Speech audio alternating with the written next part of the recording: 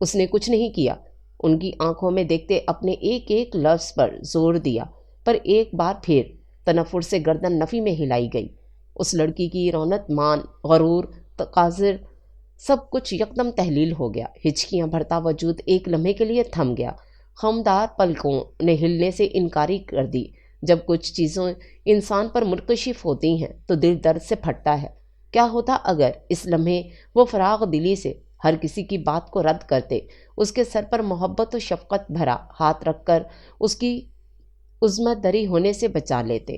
پر نہیں، وہ قوت بینائی اور قوت گویائی کھو چکے تھے۔ آپ منو ان سے اپنی بیٹی کو ایک ایسے جرم میں گردان رہے ہیں جس کا سرے سے کوئی وجود ہی نہیں۔ وہ شوق سے سب کی بات کی تردید کرتے ان کی ضمیر کو لتاڑنے کی کوشش کی۔ بھائی صاحب، یہ 2 گز کا لڑکا تو ایسے بول رہا ہے جیسے شریک جرم یہ نہ ہو بلکہ ہم سب ہوں۔ ایک جانب سے ہانک لگائی گئی جو سیدھی نشانے پر لگی۔ کون سے جرم؟ کس کی بات کر رہی ہیں آپ؟ ذرا سی بھی حیا باقی ہے آپ میں؟ یا بیٹی کے ساتھ رخصت کر دیا سب کچھ؟ اندھے ہیں؟ اس کی حالت نہیں دیکھ رہے آپ لوگ؟ اور کیا کر دیا؟ صرف کھڑی ہی تھی نا، اور میں اس کا محرم ہوں۔ اپنی گندی سوچ اپنے آپ تک محدود رکھیں۔ ایک انگلی اٹھاتا درستگی سے تحقیر بھرے لہجے میں چلایا، تم بے غیرت انسان! وہ ایک دم پھر اس کا گریبان کھینچتے جھپٹے تو اون کے پیچھے موجود ضعیف عورت کی چیخ نکلی، ہاں ہوں بے غیرت پر آپ سے کم۔ سرد آواز میں ان کی بات انہی پر لوٹا دی۔ اون بچے بس کرو! سہمی ہوئی آواز ایک بار پھر سماعت سے ٹکرائی، اور اب کی بار اس کا بازو پورے طریقے سے جھنجھوڑا گیا۔ اس دوران زمین پر گرے وجود میں ذرا جنبش پیدا نہیں ہوئی۔ اس پر تو جیسے ایک نا ختم کردہ ہیبت طاری ہو چکی تھی۔ ایک بار تو وہ اس سے تسلی سے باز پرس کرتے، صرف ایک بار اس نے ایک جھٹکے سے ان کے ہاتھوں سے اپنا گریبان چھڑوایا۔ آپ لوگ ہوں گے عزتوں کے جنازے نکالنے والے، پر اون اسحاق نہ تو کردار کا ایسا ہے اور نہ ہی زبان کا۔ اپنی تعظیم و حرمت پر اٹھی ایک بھی انگلی اس کی برداشت سے باہر تھی۔ غصے سے لبریز نگاہ اس زمین پر پڑے وجود پر ڈالی۔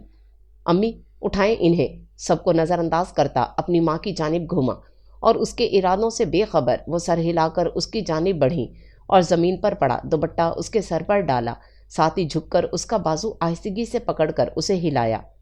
بدکار ماں کی بدکار اولاد! تمسخر بھری آواز اس کے کانوں میں پھر پڑی۔ دوسروں پر انگلی اٹھانے سے پہلے اپنی زندگی میں جھانکیں، اور اس وقت سے ڈریں جب آپ کے گھر کی در و دیوار سے ایسے قصے حقیقت ڈھال کر آپ کی نام نہاد عزت کی دھجیاں اڑائیں۔ وہ کیوں خاموش رہتا؟ کیا وہ لوگ باز آ رہے تھے الٹے سیدھے جملے کسنے سے؟ نہیں نا؟ آیا بڑا مولوی! پھر اس نے نگاہ کا زاویہ پھیر کر اسے دیکھا جو اٹھنے کے بجائے مسلسل گردن نفی میں ہلا رہی تھی۔ غصے کی ایک شدید لہر اس کے دماغ کی شریان پھاڑتی محسوس ہوئی۔ وہ ایک دم سے اس کی جانب بڑھا اور بازوں سے پکڑ کر اسے اٹھایا۔ دیکھ رہے ہیں بھائی صاحب کیسے آپ کی آنکھوں کے سامنے بے شرموں کی طرح ہاتھ تھامے جا رہے ہیں؟ سلگتی آگ میں تیل کا کام لوگوں سے بہتر کون کر سکتا ہے بھلا؟ نکاح میں ہے میرے، سمجھے آپ سب؟ حق ہے میرا اس پر، میری مرضی جو کروں۔ اپنی گندی زبانیں بند کریں! دو بدو جواب دے کر ماں کو دیکھا جو پسمردگی سے اسی پر نظریں جمائے کھڑی تھیں، پھر ہاتھ بڑھا کر اسے ان کے حوالے کیا۔ تو کیا ہوا بھائی صاحب؟ اس سے بولیں طلاق دے ابھی کے ابھی۔ اس لڑکی کا باپ جو خون آشام نگاہیں اس پر گاڑے کھڑا تھا ایک دم پلٹا۔ او کیا خوب بات کی ہے آپ نے! جیسے آپ بولیں گے تو میں دے دوں گا۔ استہزائیہ مسکراہٹ لبوں پر سجائے اون نے ان کا منہ تک کڑوا کر دیا۔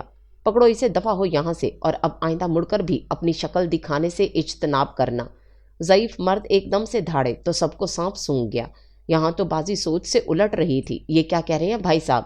حواس باختہ آواز دور کھڑی اس عورت کی تھی۔ بالکل چھوڑ بھی نہیں رہا میں یہاں، آپ ہوں گی کانوں کے کچے اور آنکھوں کے اندھے، میں تو بالکل بھی نہیں ہوں۔ چلیں امی! اس نے اپنی ماں کو پکارا جو شش و پنج میں مبتلا اپنے بیٹے کو دیکھ رہی تھیں۔ اس کی آواز پر ایک دم سے گردن موڑ کر پاس کھڑی لڑکی کو دیکھا جس کی حالت ابتر ہونے لگی تھی۔ چلو بچے! اس کے کان میں سرگوشی کرتے گویا اسے آگاہ کرنے کی کوشش کی، پر وہ تو جیسے وحشت کا مجسمہ بنے یکٹک ان سب کے چہرے دیکھ رہی تھی۔ ماں نے خفیف نگاہیں بیٹے پر ڈالیں تو وہ ایک گہرا سانس اندر کھینچتا ان کی جانب بڑھا اور زبردستی اس کا ہاتھ تھام کر اسے اپنے ساتھ کھینچنے لگا۔ جیسے ہی کمرے کی چوکھٹ عبور کرنے لگے تو ایک لمحے میں طلاق کا بولنے والی عورت ان کے سامنے آئی۔ راستے سے ہٹے۔ وہ خون خوار نگاہیں اس کے چہرے پر مرکوز کیے دھاڑا، پر وہ ٹس سے مس نہ ہوئی۔ ٹھیک ہے، نہ مانے، میں ابھی کال ملاتا ہوں پولیس کو۔ رات کے اس پہر جب وہ آئیں گے تو یہ نہیں، پر آپ کی نوبیاہی بیٹی ضرور طلاق کا لیبل ماتھے پر لگوا کر گھر آئے گی۔ پختگی سے بولتے اس نے ایک ہاتھ سے کرتے کی جیب کنگھالی، پر اس کا سرد تاثر دیکھ کر اس عورت کے ہاتھوں کے طوطے ضرور اڑ گئے۔ ملاؤں؟ زری آنٹی کیا خیال ہے؟ اب کی بار مسکرانے کی باری اس کی تھی۔ ہٹ جاؤ زری راستے سے، پیچھے کھڑا ضعیف شخص بولا تو زری خشک لبوں پر زبان پھیرتی ایک جانب کھسک گئی۔ آئیں امی؟ اپنے کندھے کے پیچھے کھڑی ماں کا ہاتھ تھاما۔ جہنم واصل ہو جانا اب، تل ملا کر ہانک لگاتے نکلا۔ اب حال کچھ یوں تھا کہ ایک جانب چلتی اس کی ماں تھی تو بہت استحکامت سے قدم اٹھا رہی تھی، پر دوسری جانب والے وجود کو تو گویا وہ کھینچ کر چلا رہا تھا۔ گھر کا بیرونی دروازہ عبور کر کے اسے واپس ماں کے حوالے کرتا خود گاڑی لینے چلا گیا۔ 2 منٹ کے توقف کے بعد جب گاڑی سامنے آ کر رکی تو اس کی ماں نے اپنے ساتھ کھڑی لڑکی کو قدم بڑھانے کو کہا، پر وہ بے جان ہوتی ٹانگوں کے ساتھ اسی پوزیشن میں کھڑی رہی۔ اون نے ضبط سے آنکھیں میچ کر کھولیں اور اگلے لمحے گاڑی سے اترا، ماں کو اندر بیٹھنے کا اشارہ کر کے خود اس کی جانب مڑا۔ اب اگر تم یہ نہیں چاہتی کہ رات کے اس پہر میں سڑک پر کھڑا ہو کر تم پر بھی چلاؤں تو شرافت سے اندر بیٹھو۔ سختی سے اس کا ہاتھ پکڑ کر اسے گاڑی میں دھکیل دیا اور زوردار طریقے سے دروازہ بند کر کے سارا غصہ اس غریب پر نکالا، اور پھر ڈرائیونگ سیٹ کو سنبھال کر انگنیشن میں چابی گھمائی اور گاڑی سٹارٹ کر کے زن سے آگے بڑھا دی۔ دلہن بنی حویلی کہیں بہت دور پیچھے رہ گئی۔ ایسی اونچی جگہوں پر زیادہ تر چھوٹے دل والوں کا بسیرا ہوتا ہے۔ رات کے ملے گجے اندھیرے میں روشنی میں نہاتی حویلی نے ایک زندگی میں سیاہی گھول دی، اور وہ زندگی تھی زینہ بطول کی۔ پورے راستے میں وہ لب پیوست کیے سختی سے اسٹیئرنگ تھامے گاڑی چلاتا رہا تھا۔ اس نے ایک نگاہ بھی غلطی سے مرر میں نہ ڈالی۔ گھر پہنچ کر وہ اسی انداز میں گاڑی کا دروازہ مارتا اندر روپوش ہو گیا۔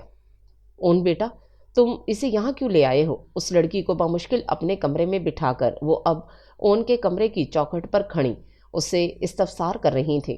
اون مضطرب سے انداز میں کمرے میں ٹہلتا ایک دم تھم گیا اور گردن موڑ کر انہیں دیکھا۔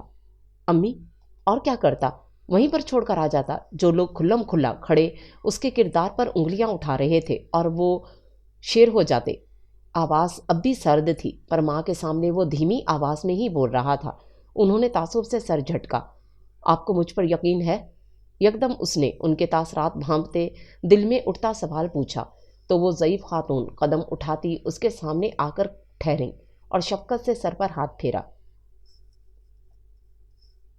اگر مجھے شک ہوتا تو تمہارا ساتھ نہ دیتی، اور بچے وہ تمہارے نکاح میں ہے۔ ان کے لب مسکان میں ڈھلے تھے، جبکہ وہ چاہ کر بھی مسکرا نہ سکا۔ تو جب اس کی ماں آنکھیں بند کر کے اس کا اعتبار کر سکتی تھی تو اس کا باپ کیوں نہیں؟ بیٹی تھی اس لیے، یا پھر لوگوں کا خوف تھا جو ان کی عقل پر پردے ڈال گیا تھا؟ اب میں ذرا دوائی اور دودھ دے کر بچی کو سلا دوں، وہ کہہ کر پلٹ گئیں، پر اون کے گھومتے دماغ میں بس اس کا عکس لہرایا۔ وہ لب بھینچے تن فن سے کمرے کا دروازہ عبور کرتے نکلا اور دھڑلے سے اپنی ماں کے کمرے میں گھس گیا، پر وہ تو جیسے اب بھی ماتم کے زیر اثر گنگ بیٹھی تھی۔ خشونت سے سر جھٹکتا آگے بڑھا اور اس کا بازو تھام کر اسے اپنے روبرو کھڑا کیا۔ خون خوار نگاہیں اس سہمی وحشت زدہ سی آنکھوں میں ڈالے مدھم آواز میں غرایا، کیا زبان پر تالے لگ گئے تھے تمہارے جو تم نے اپنے منہ سے وہاں کچھ نہیں پھوٹا؟ پر وہ اب بھی خاموش تھی، بالکل ساکن، ہاتھ پیر یخ ہو رہے تھے۔ گرنے کی وجہ سے پھٹا ہونٹ، سوجھے پپوٹے، الجھا سراپا ان کو اپنی جھنجھلاہٹ میں مزید اضافہ ہوتا معلوم ہوا۔ کیا بول رہا ہوں میں زینہ بطول صاحبہ، جواب دیں گی آپ کے نہیں؟ تنفر سے پھنکارا وہ۔ اون اسحاق، کیا میں نے تمہیں آج تک یہ سکھایا ہے؟ کیا تم بھی وہی نہیں کر رہے جس اسباب کی بدولت تم اسے یہاں لائے تھے؟ پہلے پہل تو اس کی حرکت نے ان کو ورطۂ حیرت میں مبتلا کیا، پر جیسے ہی نظر زینہ کے سدھے چہرے پر پڑی وہ ایک دم سے ہوش کی دہلیز پار کرتی وہ سوگ سے بولیں۔ ان کی آواز پر اون نے ایک جھٹکے سے اس کا بازو چھوڑا تو وہ توازن نہ برقرار رکھ سکی اور بیڈ پر لڑکھڑا کر گری۔ ہاں فرق تھا، باپ نے سب کے سامنے زمین پر دھکیل دیا تھا، اور اس شخص نے بیگانگی سے پہلے دفع کیا اب تذلیل کر کے وہی برتاؤ دہرا رہا تھا۔ اپنے نازک بازو میں درد کی شدید لہر محسوس کرتی وہ سسکی۔ اون کی ماں نے ایک آزردگی بھری نگاہ اپنے بیٹے پر ڈالی اور اس کی جانب بڑھی، جبکہ اون نے اس کی سسکی پر گردن موڑ کر اسے دیکھا، پھر جس طرح دندناتے ہوئے داخل ہوا تھا ویسے ہی نکل گیا، اپنے پیچھے ان دو عورتوں کو چھوڑتا، ایک بلکتی جبکہ دوسری متاسف انداز میں اسے سہارا دیتی۔ اون اسحاق اپنی ماں کا ایک واحد ثبوت تھا، سہل اور ٹھنڈے مزاج کا حامل، ایک واجبی صورت کا مرد، البتہ اس کی بادامی رنگت کی ذہانت سے چمکتی آنکھیں ایسی مقناطیسی کشش کی حامل تھیں کہ کوئی بھی آسانی سے مرعوب ہو جایا کرتا تھا۔ ماتھے پر آتے سیاہ بال، اٹھی مغرور ناک، گندمی رنگت بھرا کثرتی جسم، وہ اپنی ماں کی جوانی کا کل سرمایہ تھا۔ بچپن میں جس عمر میں لوگ باپ کی ٹھنڈی چھاؤں تلے پرسکون زندگی گزر بسر کرتے ہیں، اس عمر میں اس پر یتیمی کی چادر اڑ گئی۔ باپ کا خاندان کوئی اتنا وسیع و عریض تھا نہیں، بس ایک بہن تھی جو خود بمشکل غربت کی چکی میں پستی اپنے شوہر کے ساتھ زندگی کی دوڑ میں گامزن تھی۔ ماں کے والدین بہت وقت پہلے اپنے آخری سفر پر کوچ کر چکے تھے، اس لیے وہاں کا بھی کوئی آسرا نہیں تھا، لہٰذا وہ دونوں ماں بیٹے ہی ایک دوسرے کا سہارا تھے۔ اور آج اگر اون اسحاق کسی مقام پر کھڑا تھا تو صرف اپنی ماں کی انتھک محنت کی بدولت۔ آج اس کے پاس گھر تھا، دولت کی فراوانی تھی، گویا ایک طویل مسافت کے بعد رب نے اسے ہر ضروریات زندگی مہیا کر رکھی تھی۔ رونت، غرور، اطراحٹ اور تقاضر کا دور دور تک کوئی عنصر نہیں تھا۔ زندگی کی بہت سی اونچ نیچ، تلخیاں، کڑواہٹ اور ترشی دیکھ کر پروان چڑھا شخص جو ہر معاملے میں انتہائی نزاکت سے قدم اٹھاتا تھا، اپنے فیصلوں میں اٹل اور پختگی اس کی فطرت کا حصہ تھی، پر آج جو کچھ ہوا وہ اس کی سمجھ سے بالکل بالا تر تھا۔ آخر ہوا کیا تھا؟ یہ وہ سوال تھا ذہن میں انتشار اور دل میں کھلبلی مچا رہا تھا۔ وہ غصہ بہت کم کرتا تھا، پر جب کرتا تھا تو لوگوں کے آسان خطا ہو جاتے تھے۔ وہ قدم بھی اٹھانے کا سبب بس یہ تھا کہ وہ تماش بین بنا کسی کا تلف بربادی تباہی نہیں دیکھ سکتا تھا، اور سامنے والی عورت تو پھر اس کی منکوحہ تھی، اس کی محرم، ایک پاک رشتے میں بندھی، پر سوال پھر وہی تھا، ہو کیا رہا تھا؟ وہ تو کمرے سے آتی آہو پکار کی بدولت وہاں گیا تھا۔ اس کی سوالات کے جوابات صرف اس ایک عورت کے پاس تھے جس کی چپ اس کا لہو اور گرم کر رہی تھی۔ اس نے بے بسی سے کنپٹی مسلی اور گاڑی فراٹے مارتی ہوا پر سوار اندھیری رات میں سڑکوں کی خاک چھاننے لگی۔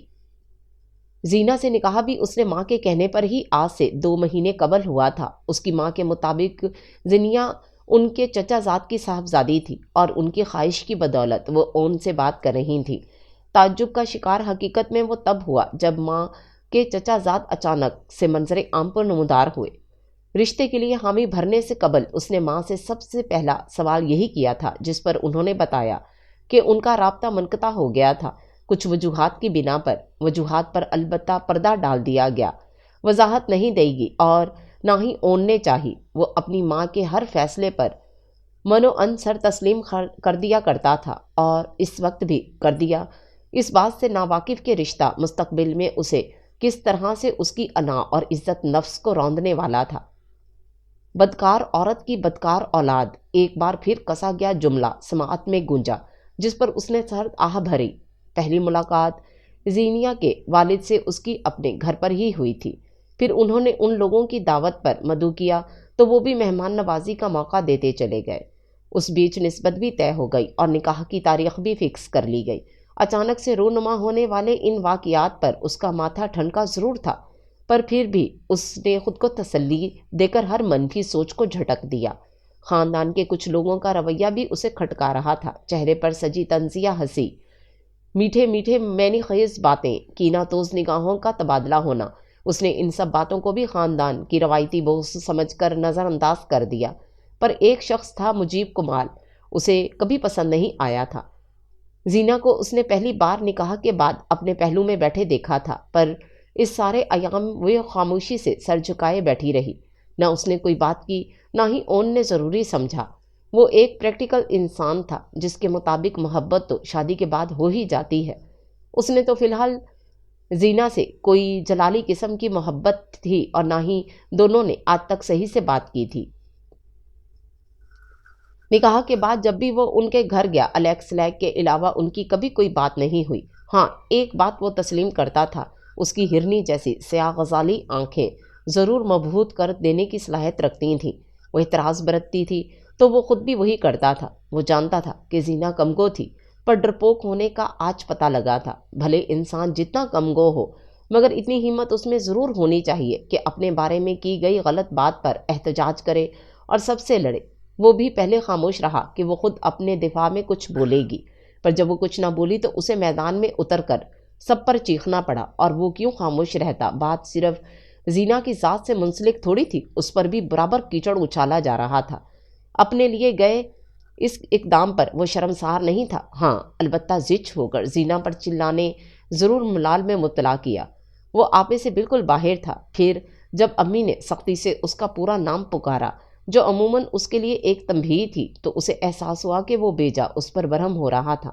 غیر ارادی طور پر اس نے اس کا کندھا چھوڑا۔ وہ نہیں جانتا تھا وہ لڑکھڑا جائے گی۔ سب سے توہین آمیز احساس اسے جب ہوا جب وہ سسکی۔ اس کے سسکنے اور ماں کی ملامتی نظریں دونوں سے نگاہیں چراتا وہ گھر سے باہر نکل آیا تھا، اور جب سے اب تک وہ لاوارسوں کی طرح سڑکوں پر گھوم رہا تھا۔ پوری رات خوار ہونے کے بعد جب وہ گھر میں داخل ہوا تھا، اس کی نگاہ ماں کے ستے اور پریشان چہرے سے ٹکرائی۔ اف، وہ تو موبائل بھی گھر چھوڑ کر نکل گیا تھا۔ شاید اسی کے انتظار میں وہاں گود میں تکیہ دھرے پشت صوفے سے ٹکائے بیٹھی تھیں، البتہ آنکھیں موند رکھی تھیں۔ امی! قریب پہنچ کر ان کا شانہ آہستگی سے ہلایا تو وہ ایک دم ہڑبڑا کر اٹھیں۔ جہاں اسے صحیح سلامت دیکھ کر دل کو ٹھنڈک ملی، وہیں غصہ بھی آیا۔ شرم آتی ہے اس عمر میں ماں کو ستاتے؟ خفگی سے ایک چپت اس کے کندھے پر رسید کی تو ان کی ناراضگی کو ختم کرنے کے غرض سے جھک کر ان کی پیشانی چومی۔ سوری امی۔ پیشمانی تو اسے واقعی میں ہوئی تھی۔ اسے ان کا خیال رکھنا چاہیے تھا، پر سوچوں کا محور اس قدر حاوی ہو رہا تھا کہ ان کا خیال ذہن سے نکل ہی گیا۔ وہ کیسی ہے؟ بلا آخر ہمت مجتمع کر کے ماں سے نظریں چراتا استفسار کرنے لگا۔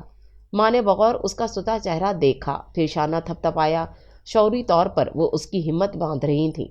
بہت مشکلوں سے 2 گھونٹ دودھ اور دوائی کھلا کر سلایا تھا۔ غنودگی کی دوائی تھی، جبھی سو گئی، ورنہ وہ تو کچھ سننے کو تیار نہیں تھی۔ اس نے محض سر ہلانے پر اکتفا کیا۔ سو جائیں امی، تھوڑی دیر پھر نماز کا وقت ہو جائے گا، طبیعت نہ خراب ہو جائے آپ کی۔ ان کا ہاتھ پیار سے تھپکتا قدم اپنے کمرے کی جانب بڑھانے لگا۔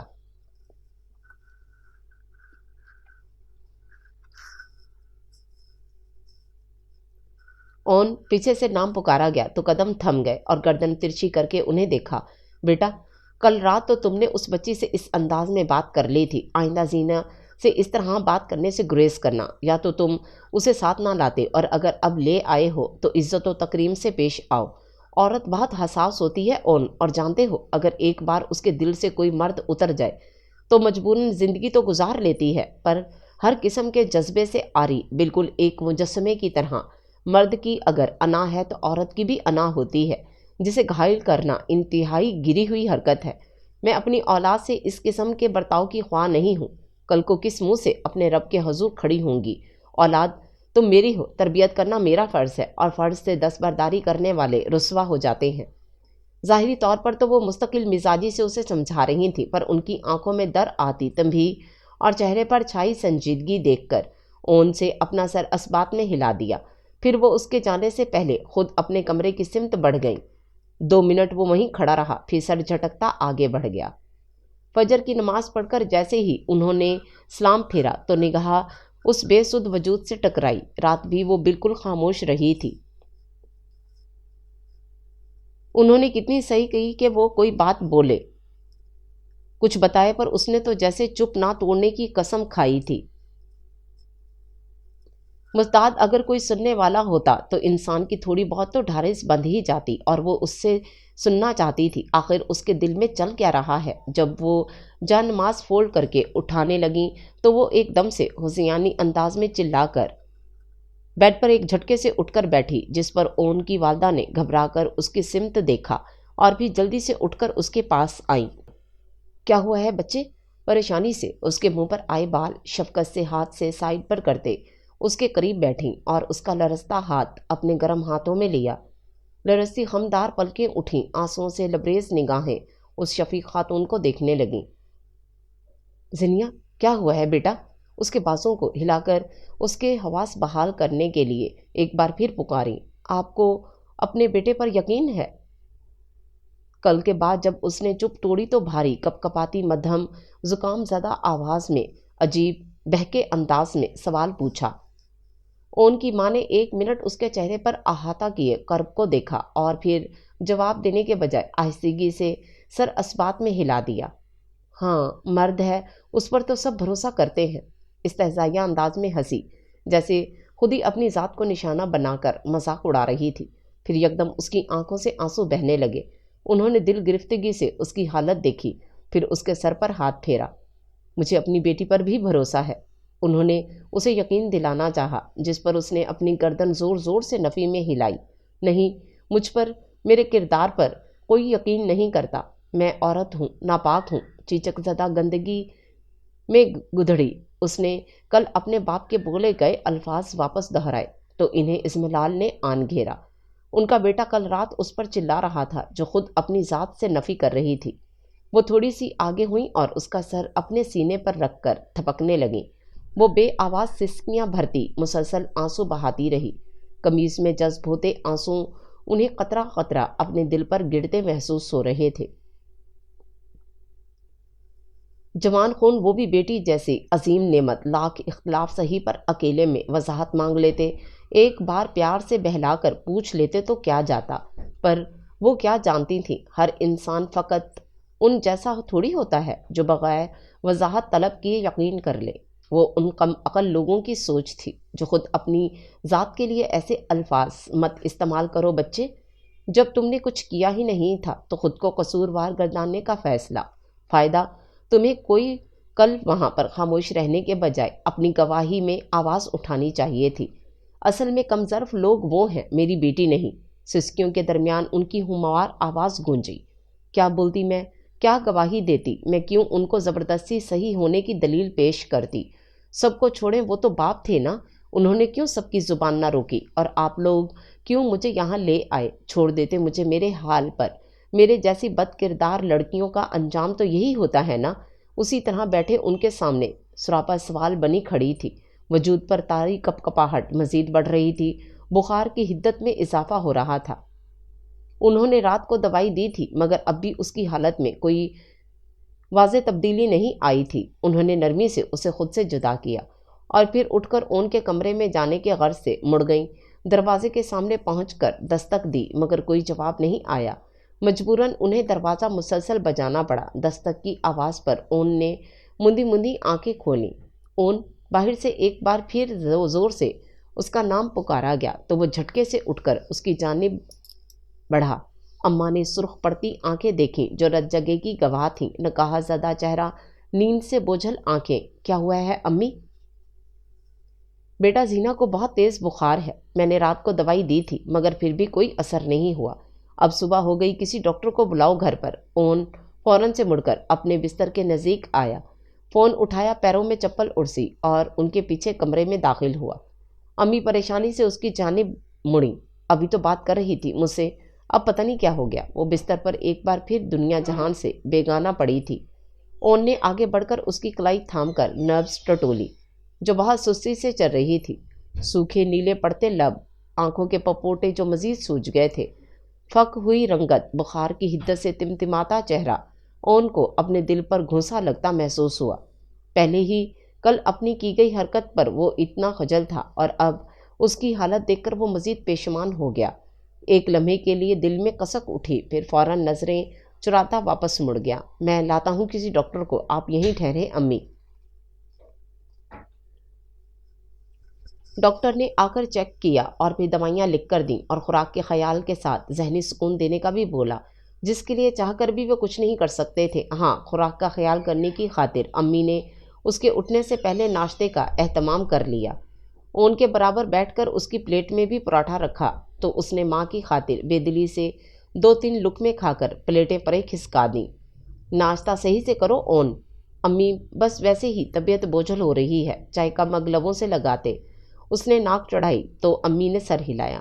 پھر آفس مت جاؤ، پہلے ہی رات بھر بے آرام رہے ہو۔ اون نے گردن نفی میں ہلائی اور ٹیبل پر خالی مگ واپس رکھ کر اپنی جگہ سے کھڑا ہو گیا۔ بہت ضروری میٹنگ ہے آج میری، ہو سکتا ہے آج واپسی میں دیر ہو جائے، خیال رکھیے گا۔ جھک کر ان کا سر چوما، پھر کرسی سے اپنا لیپ ٹاپ بیگ اٹھایا۔ گھر کی کشیدگی اور تناؤ سے بھرپور ماحول سے بہتر تھا وہ آفس ہی چلا جاتا۔ ویسے بھی وہ نہیں چاہتا تھا کہ اس کی وجہ سے زینا کمرے تک محدود ہو کر رہ جائے۔ وہ نہیں ہوگا تو ہو سکتا ہے پھر امی کی بات مان کر باہر نکل آئے۔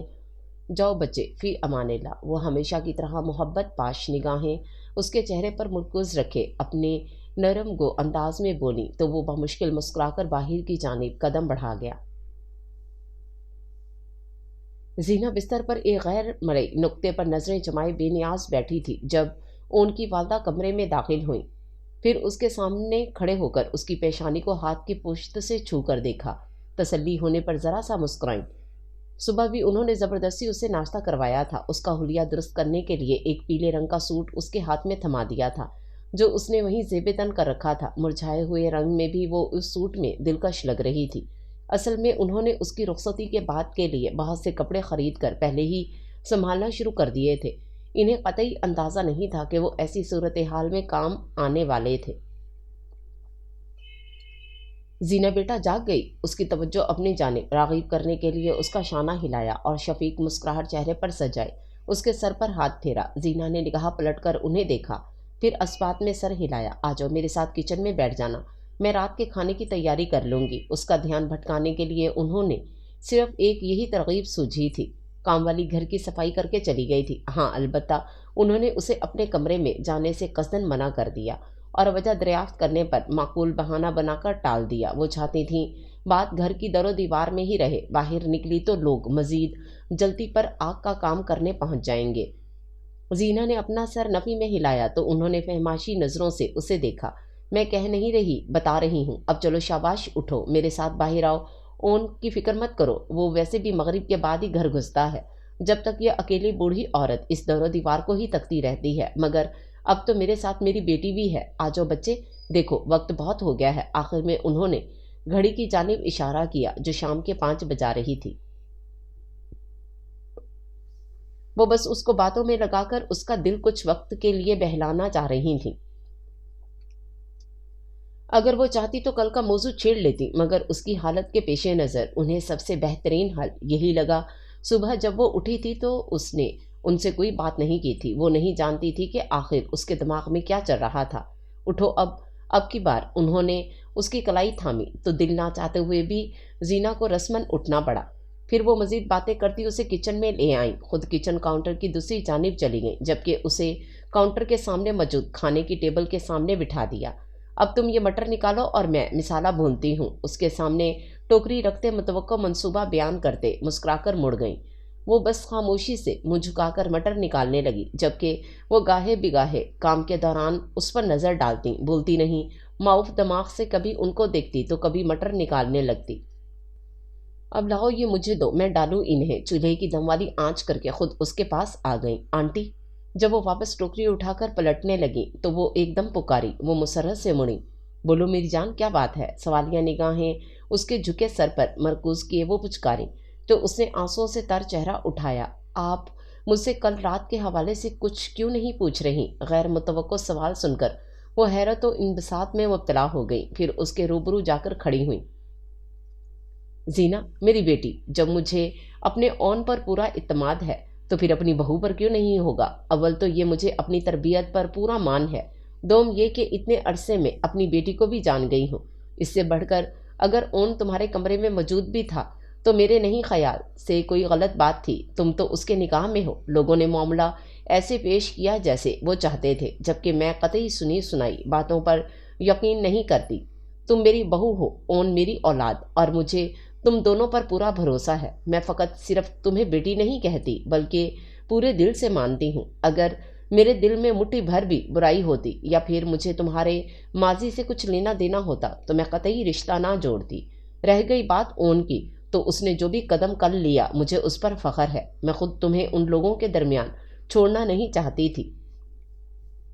نہیں ہوئی رخصتی تو نہ سہی، میں اپنی بیٹی کا بھرپور طریقے سے ولیمہ رکھوں گی اور لوگوں کو بتاؤں گی کہ زینہ بتول میرے اون کی بیوی ہے۔ صبح بھی وہ وضاحت نہیں دے سکی تھیں، پر اب وہ چاہتی تھیں کہ زینہ کے دل میں اگر ان کی جانب سے کسی بھی قسم کی رنجش یا گلہ ہے تو وہ اسے صاف کر لے۔ انہوں نے اس کے بھیگے رخسار صاف کیے۔ اور اون، کیا وہ سب کچھ جانتے ہیں؟ اس بات پر ایک لمحے کے لیے تھم گئیں۔ سیاہ مترم آنکھیں محض ان پر ٹکی تھیں۔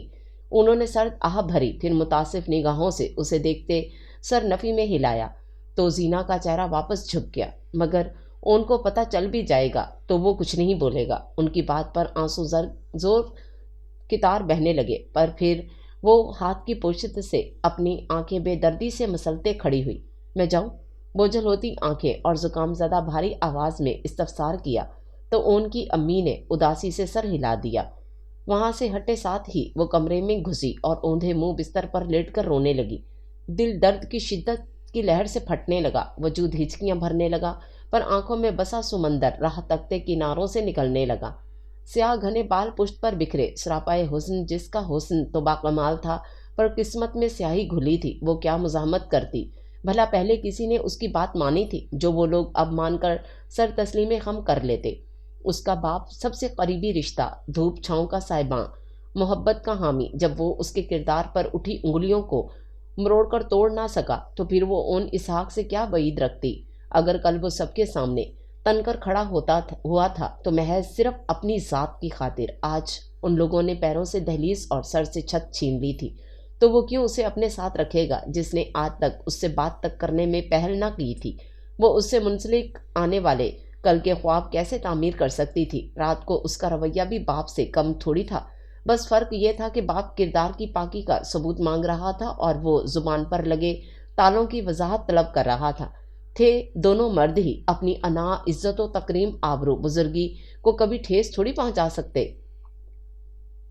آج ایک نے دنیا کے سامنے تحقیر آمیز رویہ اپنا کر اس کی ذات کو سرے سے ماننے سے انکار کر دیا۔ کل کو وہ بھی جن ہاتھوں سے تھام کر یہاں تک لے آیا تھا انہی سے پکڑ کر دھکے مار کر نکال دے گا۔ اس سب کے درمیان وہ کہاں تھی؟ اس کی ذات کہاں تھی؟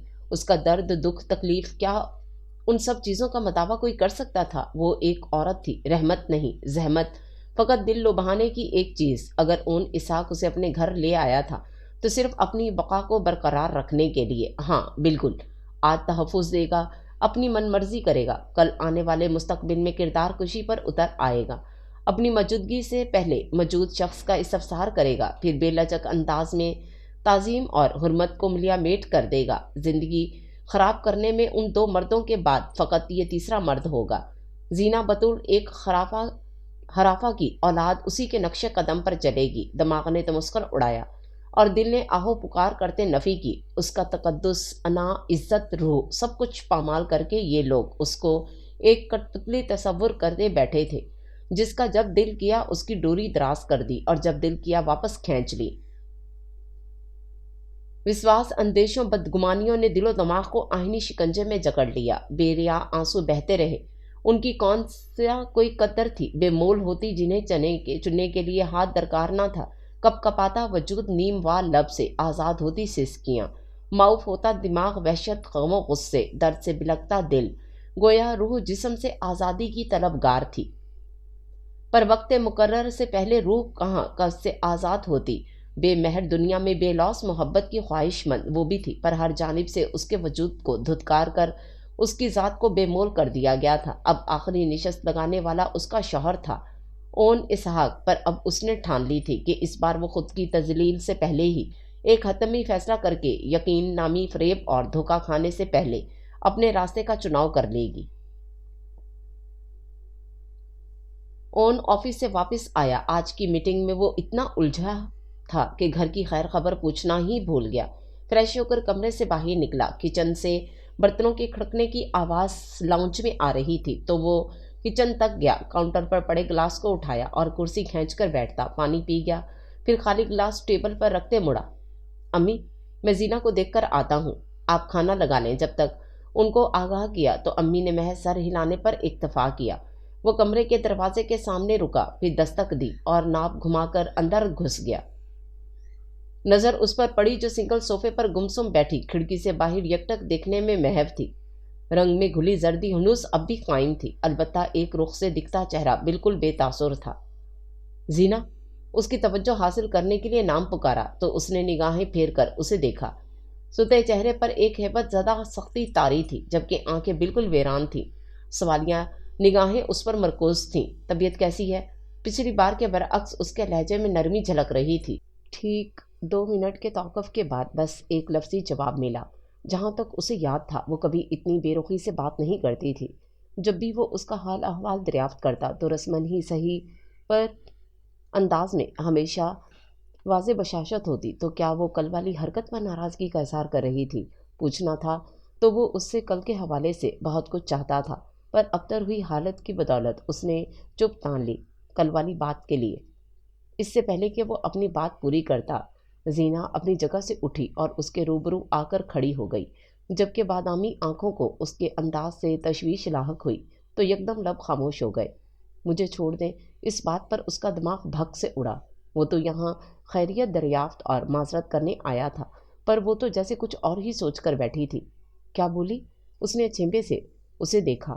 کل تک جو اپنی ذات تک کے لیے آواز اٹھانے کی اہل نہیں تھی، آج اس کے سامنے کھڑی اتنی بڑی بات کر رہی تھی۔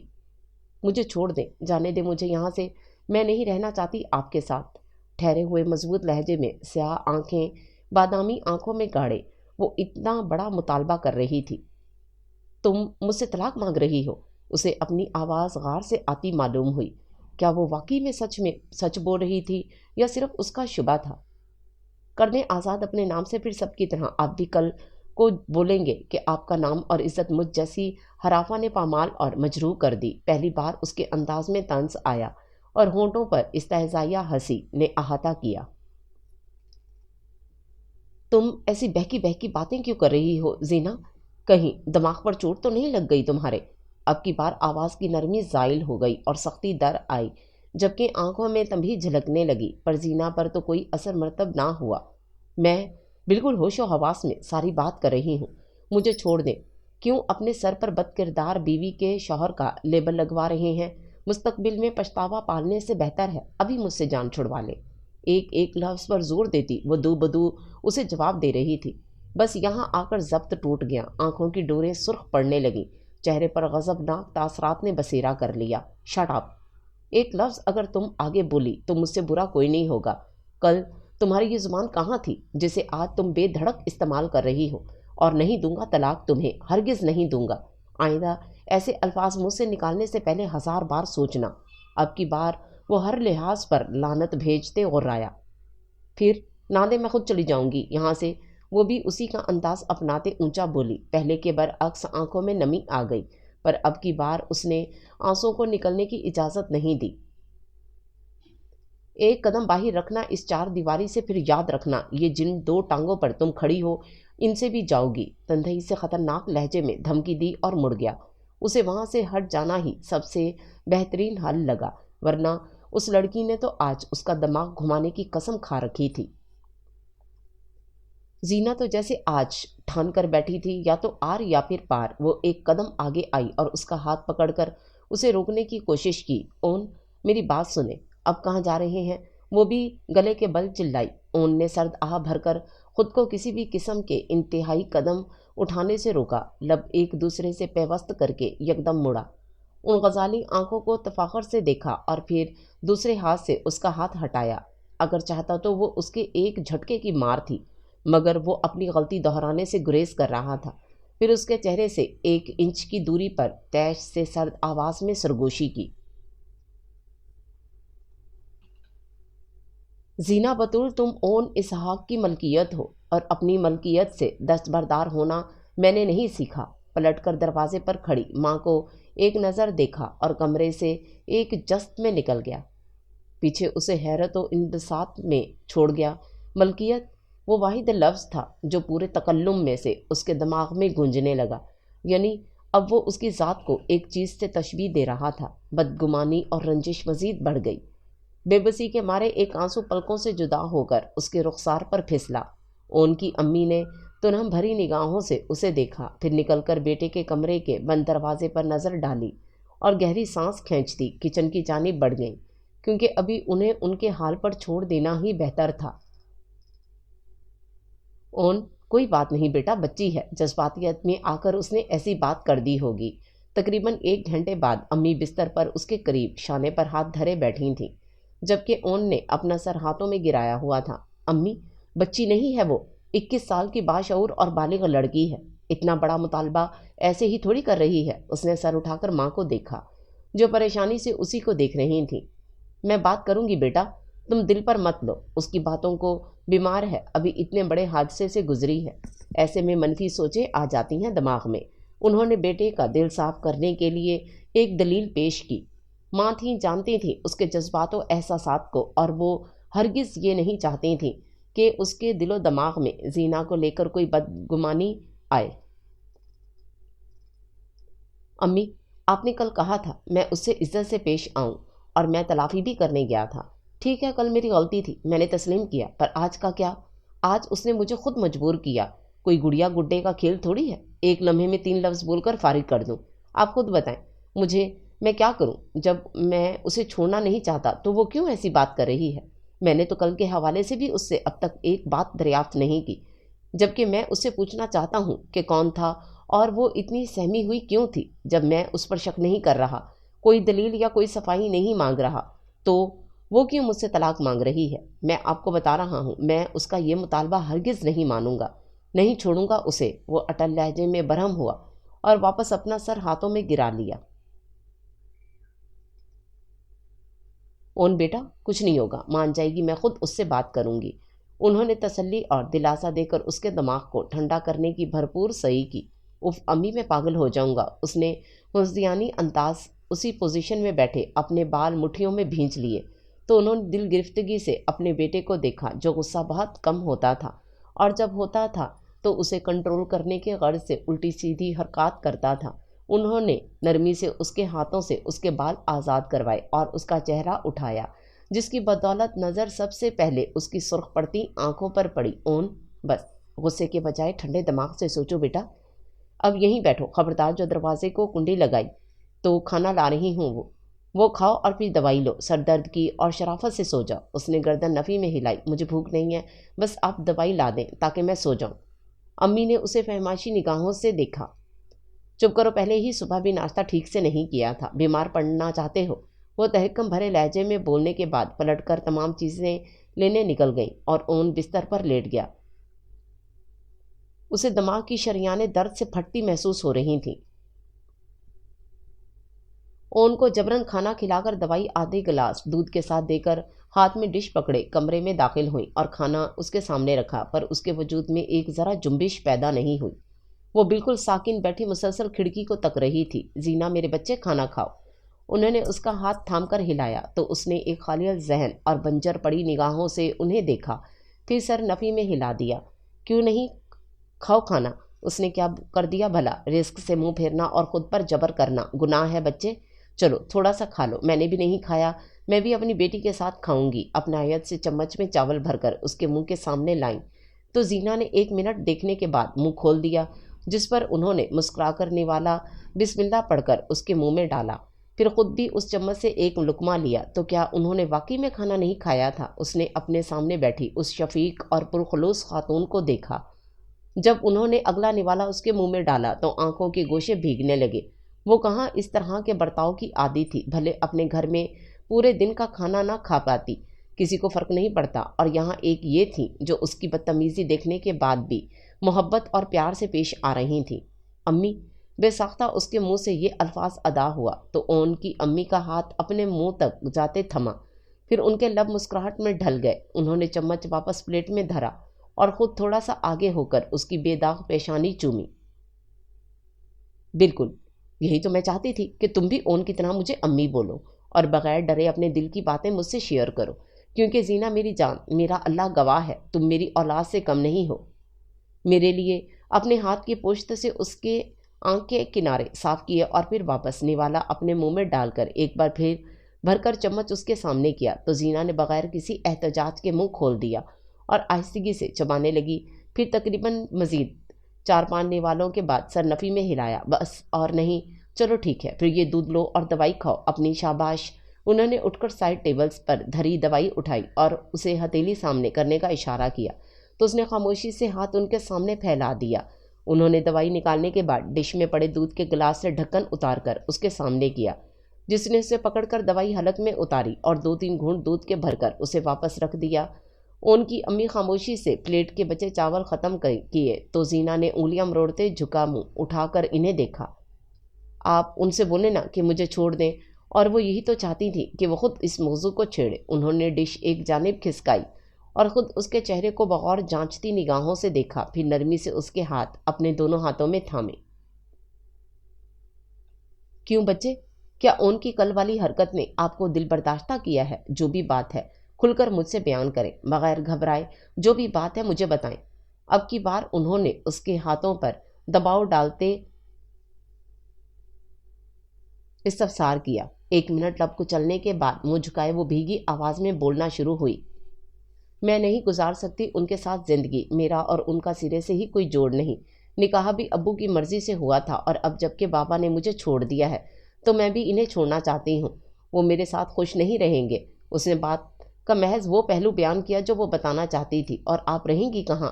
کس کے پاس جائیں گی؟ کہیں بھی چلی جاؤں گی، کسی بھی دارالمان، ویسے بھی یتیم تو وہیں رہتے ہیں۔ آخری بات کا یقین وہ ان سے زیادہ خود کو کروا رہی تھی کہ فقط صرف وہی ایک جگہ تھی جو اس کے گندے وجود کو سہارا اٹھا سکتی تھی۔ زکوٰۃ کی دی گئی چھت اور چند نوالے زندگی بسر کرنے کے لیے کافی تھے۔ کم سے کم کسی سے بھیک تو نہیں مانگنی پڑے گی، اور نہ ہی روزانہ اپنے کردار کی گواہی دینی پڑے گی۔ تو کیا آپ کو لگتا ہے وہاں پر آپ کو تحفظ فراہم ہو جائے گا زینہ؟ نہیں ہوگا، یہ دنیا بہت ظالم ہے بچے۔ یہاں پر چھوٹے بڑے کا لحاظ لوگ بھلائے بیٹھے ہیں۔ یہاں پر کوئی کسی کو چھت بغیر غرض کے نہیں دیتا۔ میری بیٹی، آپ یہ دیکھ رہی ہیں، ہمیں سالوں کی جستجو کے بعد جا کر یہ زمین کا ٹکڑا میسر ہوا ہے۔ ان کے ابو کی وفات جب ہوئی تھی تب وہ بہت چھوٹا تھا، محض صرف 7 سال کا چھوٹا معصوم بچہ، اور میں ٹھہری یتیم۔ میرے ارد گرد کوئی ایسا محفوظ آسرا نہیں تھا جس سے میں اپنا دکھ بانٹ کر تھوڑا سکون طلب کر لیتی۔ ان کے ابو کا چھوڑا وہ کچا پکا مکان اور ان کی کچھ جمع پونجی ہی ہم ماں بیٹا کا سہارا تھی۔ پھر ایک وقت آیا جب گھر میں فاقوں کی نوبت آ گئی، تب جا کر میں نے ایک رات ان کے اچھے مستقبل کی خاطر اپنے گھر سے قدم باہر دھرا۔ اسی دن مجھے احساس ہو گیا کہ دنیا کتنی شفاق اور خوفناک ہے۔ ہمارے معاشرے میں قسم قسم کے بھیڑیے بستے ہیں میری جان۔ جب وہ ایک بیوہ کو نہیں چھوڑتے تو بے داغ طلاق یافتہ کم عمر لڑکی کو کیا چھوڑیں گے؟ یہ ہاتھ دیکھ رہی ہو، انہوں نے میرا بہت ساتھ دیا۔ اکثر مجھے لوگوں کے غلیظ جملے، گندی باتیں، یہاں تک کہ نگاہیں بھی خود کو لپیٹ میں لیتی محسوس ہوئیں۔ میں گھر آ کر ان سے چھپ کر اپنے تکیے میں آنسو بہایا کرتی تھی کہ کہیں اسے کچھ پتہ نہ چل جائے، پر وہ بچہ اپنی کم عمری میں ہی بہت سمجھدار ہو گیا تھا۔ روز صبح اٹھ کر وہ صرف میری سوجی آنکھوں کو چومتا تھا، جس سے میری ٹوٹی ہمت بندھ جاتی تھی، اور میں ایک بار پھر ہمت مجتمع کر کے قدم گھر سے باہر رکھتی تھی۔ جانتی ہو، جب اون 15 سال کا ہوا تھا، اس دن صبح میں اس نے مجھ سے بولا کہ امی اب آپ گھروں کے کام کے لیے مت جایا کریں، اور جب میں نے وجہ دریافت کی تو بولا میں ہوں نا امی، سب سنبھال لوں گا۔ اور اس دن کے بعد سے میں گھر گھر پھرنے کے بجائے صرف ایک خاتون کے گھر جاتی تھی جو بہت شفیق تھیں۔ اس کے علاوہ باقی ساری ذمہ داریاں میرے بیٹے نے اپنے کندھوں پر اٹھا لی تھیں۔ سارا دن کام کرتا تھا اور رات میں پڑھائی۔ یہ سب باتیں میں اس لیے نہیں بتا رہی کہ تمہیں ایموشنلی ٹریپ کروں، بلکہ میں صرف یہ واضح کر رہی ہوں کہ میرے ساتھ ایک ساتھ ہونے کے باوجود اتنے مسائل درپیش ہوئے تھے، تو تم تو پھر اکیلی جان ہو بیٹا۔ لوگ عزتوں پر ہاتھ ڈالنے سے پہلے بالکل خیال نہیں کرتے۔ میری پیاری بیٹی زینہ، جو کچھ تمہارے ساتھ ہوا ہے وہ تمہارا گزرا ہوا کل تھا۔ آنے والے مستقبل کو تم محض اپنے کل کی بنا پر تباہ نہ کرو۔ تحمل مزاجی سے کام لو، کچھ مہلت لو، اس کے بعد جو تمہارا فیصلہ ہوگا میں خود اس میں تمہارا ساتھ دوں گی۔ ولیمہ بھی ہم ابھی کے لیے ملتوی کر دیتے، جتنا وقت درکار ہے لو۔ اون کو موقع دے کر دیکھو میرے بچے، وہ اتنا برا نہیں جتنا تم نے اس کے بارے میں گمان کر لیا۔ جیسے تمہارے ابو نے اون کو پسند کیا تھا، بالکل ویسے ہی تم میری پسند ہو۔ میں نے اون سے صرف بات کی تھی اور اس نے کوئی بھی سوال کیے بغیر حامی بھر دی تھی، مگر اب وہ تمہیں چھوڑنے پر رضامند نہیں ہے۔ طلاق بہت بڑا فیصلہ ہوتا ہے، یکدم اتنے بڑے فیصلے نہیں لیتے۔ اگر اون کو تمہیں چھوڑنا ہوتا تو وہ اسی دن چھوڑ دیتا، اس طرح تمہیں اپنے ساتھ نہ لاتا۔ انہوں نے تسلی سے ٹھہرے ہوئے لہجے میں نرمی اور پیار سے سمجھایا اور اپنی بات کے اختتام پر اس کے دونوں ہاتھ باری باری چومے۔ جو جگہ میرے دل میں اون کی ہے، بالکل ویسے ہی میری بیٹی کے لیے ہے۔ میرے بچے، جو بھی مسئلہ ہو تم مجھ سے اپنے دل میں آتی ساری باتیں بلا جھجک بول دیا کرو۔ میں کبھی بھی اپنی بیٹی کی کسی بات کا برا نہیں مناؤں گی۔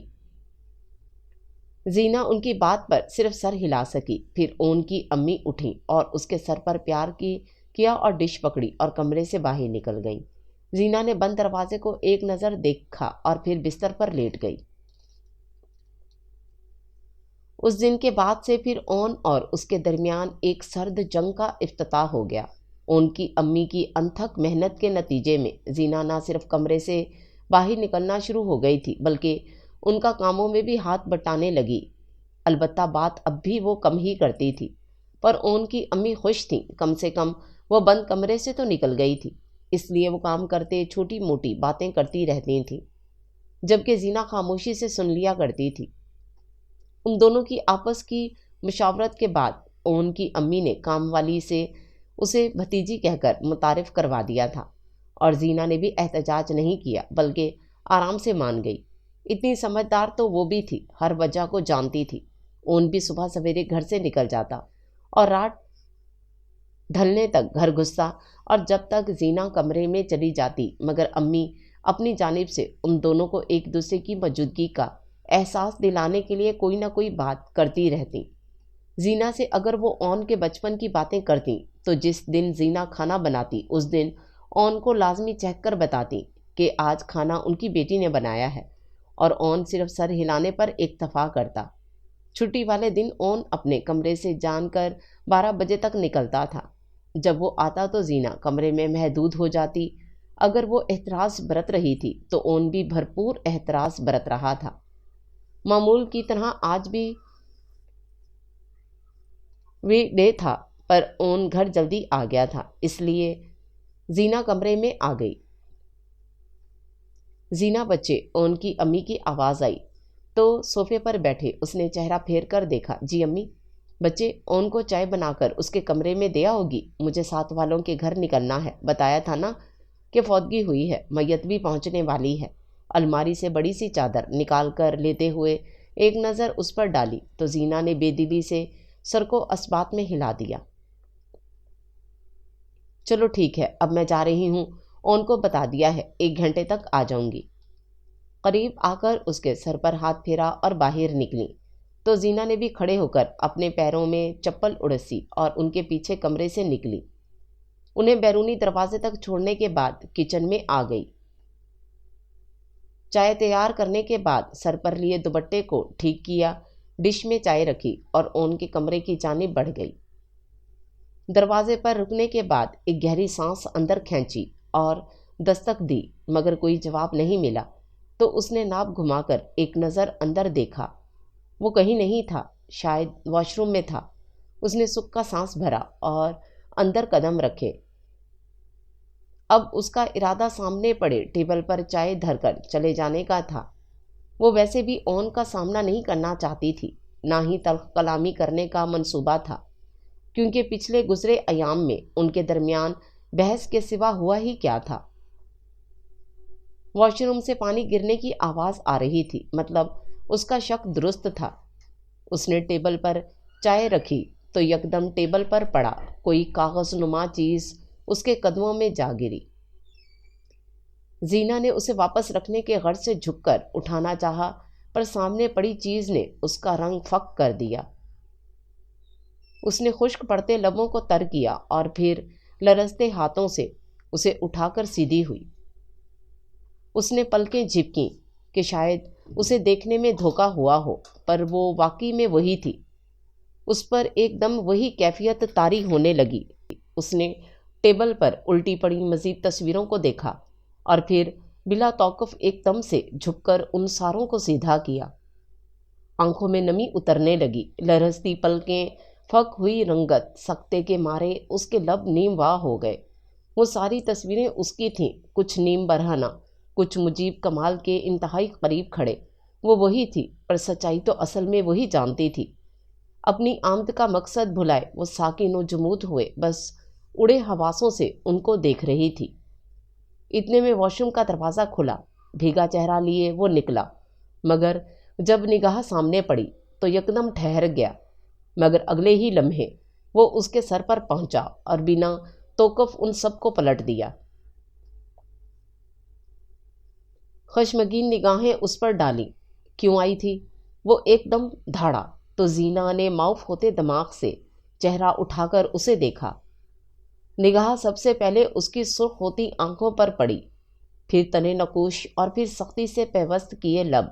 تو کیا وہ بھی اس کے کردار پر شک کر رہا تھا؟ دل میں سوال آیا جب دماغ نے تمسخر بھرے فکرے اچھال کر اس کی تذلیل کی۔ وہ اس پر یقین کرتا ہی کب تھا؟ اسے ویسے ہی کھڑا پا کر اون 2 قدم آگے بڑھا اور اس کا بازو تھام کر اپنے ساتھ لے کر کمرے کے کھلے دروازے کے سامنے آیا اور اسے چوکھٹ کے دوسری پار کھڑا کر کے بازو چھوڑ دیا۔ آئندہ میرے کمرے میں گھسنے کی غلطی بھی مت کرنا۔ اب کی بار چلانے کے بجائے وہ سرد مہری سے بھرے انداز میں بولتے اس کے چہرے پر ایک آخری نگاہ ڈال کر فوراً سے دروازے کو اسی کے چہرے پر بھیڑ دیا۔ زینا نے بے بسی سے بند دروازے کو دیکھا، پھر کب سے رکے آنسو اس کی آنکھوں سے بہنے لگے۔ اسے اپنا وجود بے جان ہوتا لگا، جبراً خود کو واپس اپنے کمرے کی جانب لے کر بڑھی۔ اب کی بار اس کی چال میں لڑکھڑاہٹ تھی، وجود برے طریقے سے جھٹکوں کا شکار ہونے لگا تھا۔ کمرے میں آ کر اس نے ہذیانی انداز میں اپنے سر پر لیا دوپٹہ اتار کر پرے پھینکا۔ اللہ، آخر میں ہی کیوں؟ دل ایک بار پھر چلایا اور اب کی بار وہ بستر پر لیٹ کر زور زور سے پھوٹ پھوٹ کر رونے لگی۔ اتنی ذلالت، اتنی توہین، جس طرح سے مجیب کمال کے ساتھ اس کی تصویروں کو پیش کیا جا رہا تھا، اصل میں حقیقت تو وہ جانتی تھی، جبکہ وہ بنہنا تصویریں وہ تو قطعاً اس کی نہیں تھیں۔ اسے اپنی قسمت پر حزن و ملال ہونے لگا۔ آخر ہمیشہ وہی کیوں اس طرح کے حادثات کا شکار ہوتی تھی؟ وہ تو پہلے ہی اس پر اعتماد نہیں کرتا تھا، اب تو وہ خود اسے اس گھر سے ہاتھ پکڑ کر نکال دے گا۔ یہی وجہ تھی کہ آج سے 3 ہفتے قبل اس نے طلاق کا مطالبہ کیا تھا۔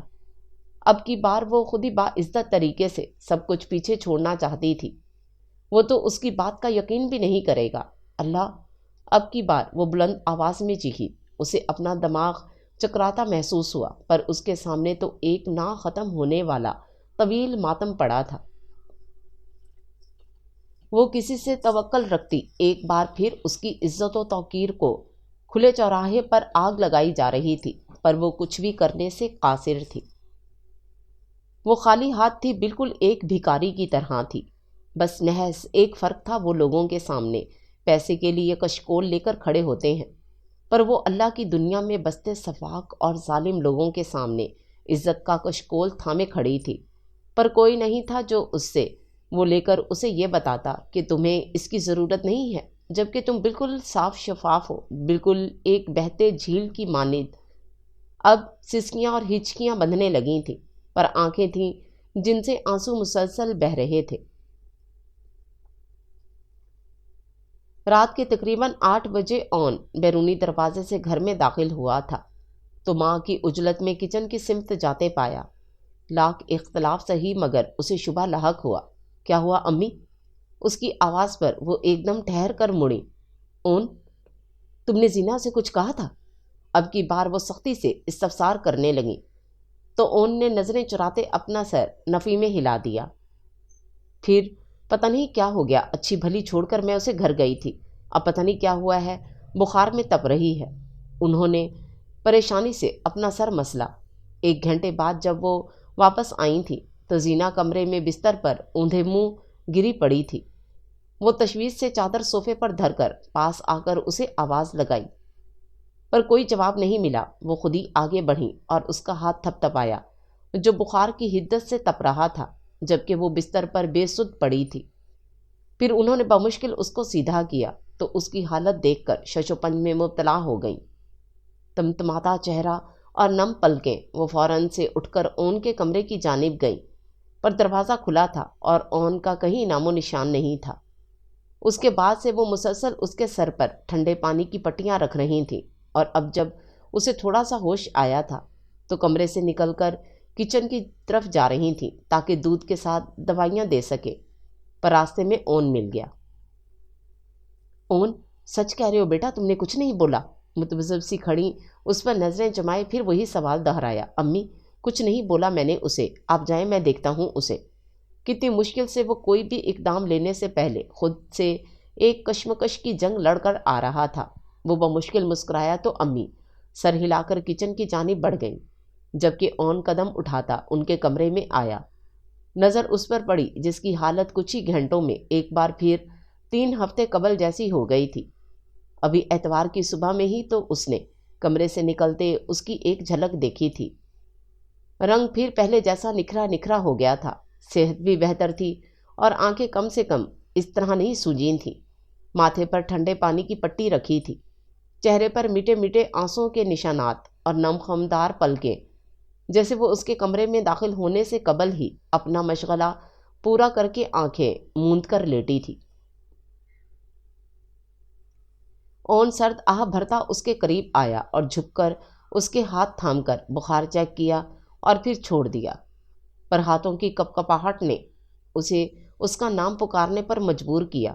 زینا، سرگوشی نما آواز میں اس کے نام کی پکار لگائی گئی تو 2 منٹ کے توقف کے بعد زینا نے بھرائی ہوئی مندی مندی آنکھیں کھول دیں۔ طبیعت زیادہ خراب ہے؟ زینا نے اس کا چہرہ دیکھا جو کسی بھی قسم کے جذبے سے عاری تھا، مگر بادامی آنکھوں کی سرخی ہنوز اب بھی قائم تھی۔ زینا نے آہستہ سے نفی میں سر ہلایا تو وہ ایک نگاہ اس پر ڈال کر مڑنے لگا۔ جب زینا کی نکاہت بھری آواز اس کے کانوں میں پڑی، اون، وہ رک گیا اور پھر پلٹا۔ وہ جھوٹ ہے، رک رک کر وہ صفائی پیش کرنا چاہتی تھی۔ اون کی امی نے بولا تھا ایک بار اسے آزما کر دیکھے، بس وہ وہی کر رہی تھی۔ وہ دیکھنا چاہتی تھی کہ وہ کس طرح پیش آئے گا، چیخے گا یا باپ کی طرح بہتان لگائے گا، اور اگر اب اس نے بھی یہی کیا تو زینا موقع ملتے ہی ان کا گھر چھوڑ دے گی۔ وہ نہیں ٹھہرے گی بھلے وہ طلاق نہ دے، پر روز روز کی تذلیل اب اس کے بس سے باہر تھی۔ اون کے تاثرات بھی ہنوز ویسے ہی قائم تھے۔ اس نے سب سے پہلے ان ہرنی جیسی سیاہ گہری غزالی آنکھوں کو دیکھا، پھر اس کے ستے چہرے کو۔ زینا، کیا میں نے وضاحت طلب کی؟ اس نے سوال کیا اور پھر اس کے قریب آیا۔ میں نے کوئی بات کی نہیں نا؟ پھر تم خود ہی سب کچھ کیوں سوچ لیتی ہو؟ پہلے طبیعت ٹھیک کرو، پھر ہم اس بارے میں بات کریں گے، اور بہتر ہوگا کہ امی سے ان کا ذکر نہ کرنا، وہ ہم دونوں کے درمیان کی بات ہے، وہی تک محدود رہنے دینا۔ اس نے انتہائی سمجھداری سے جواب دیا، نہ اقرار کیا نہ اس کی بات کو جھٹلایا۔ وہ جان گیا تھا پہلے بھی اس نے غصے میں آ کر جو حرکت کی تھی اس سے کہیں نہ کہیں زینا کے دماغ میں منفی اثرات مرتب ہوئے تھے۔ کمرے کی چوکھٹ پر امی کی موجودگی کا احساس ہوا تو وہ مڑا۔ امی، دوائیں دیں، اور اگر 1 گھنٹے بعد کوئی فرق نہ آئے تو بتا دیجیے گا، میں ڈاکٹر کو لے آؤں گا۔ ہموار لہجے میں بولتا ان کے برابر سے نکل گیا۔ امی نے گردن موڑ کر پہلے اون کو دیکھا، پھر واپس سیدھی ہو کر زینا کے پاس آئیں اور ٹیبل پر دودھ اور دوائی دھری۔ زینا بیٹا، تم لوگوں کی کوئی لڑائی ہوئی ہے پھر سے؟ زینا نے اٹھ کر بیٹھتے پسمردگی سے گردن کو نفی میں ہلایا، مگر وہ کیسے آنکھوں دیکھا جھٹلا سکتی تھیں؟ اون کا ان سے نظریں چرانا اور آنکھوں کا سرخ ہونا، دوسری جانب زینا کی طبیعت خراب ہو جانا، وہ جان گئی تھیں کہ وہ دونوں کچھ چھپا رہے ہیں۔ ٹھیک ہے، مت بتاؤ، مگر بیٹا اگر کوئی ایسی بات ہوئی جس کو جاننا میرا حق ہے تو مجھے لازمی بتانا۔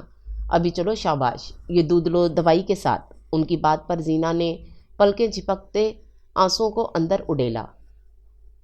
اور لب کو چلتے چہرہ اٹھا کر انہیں دیکھا اور گلاس ان کے ہاتھوں سے لے لیا۔